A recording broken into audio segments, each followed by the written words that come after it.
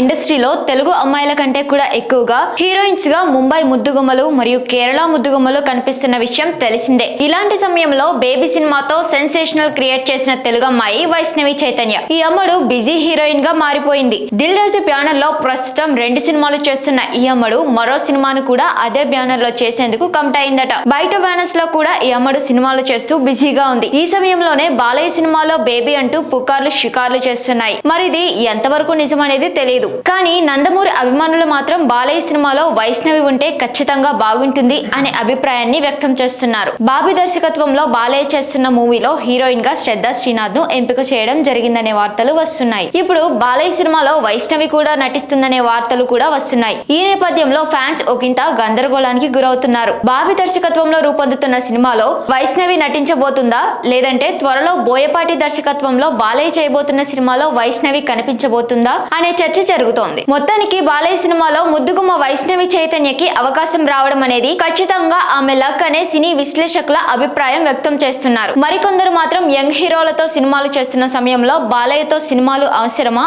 అన్నట్టు అంటున్నారు.